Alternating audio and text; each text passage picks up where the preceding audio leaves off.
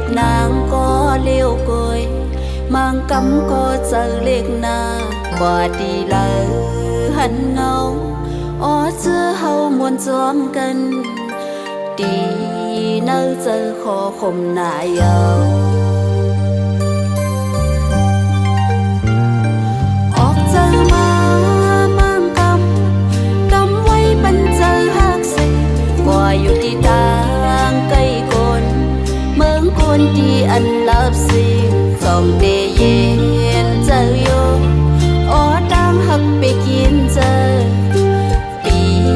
ใจเอ้ยนางเตยองยา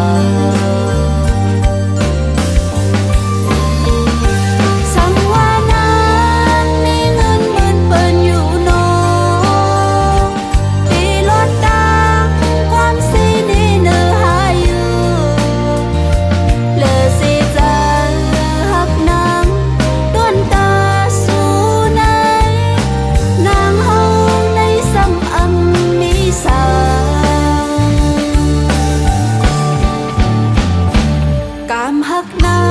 งสู่ใน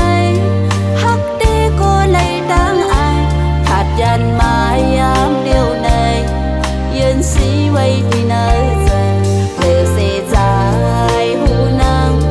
ก็เลยติมาหูถึงลองตั้งนางหักใจอยู่ใน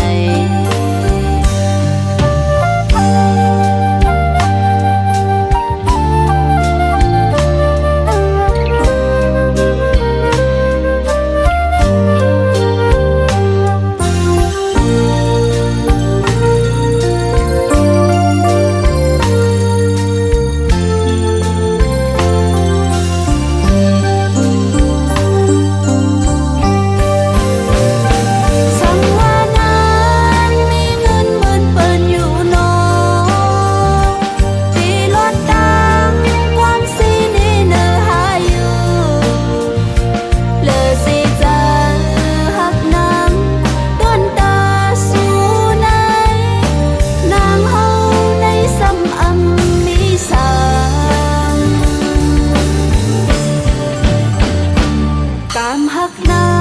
งสู่ในหักเดก็เลยดังอายขาดยันมายามเดียวในยืนสีไว้ที่ไหน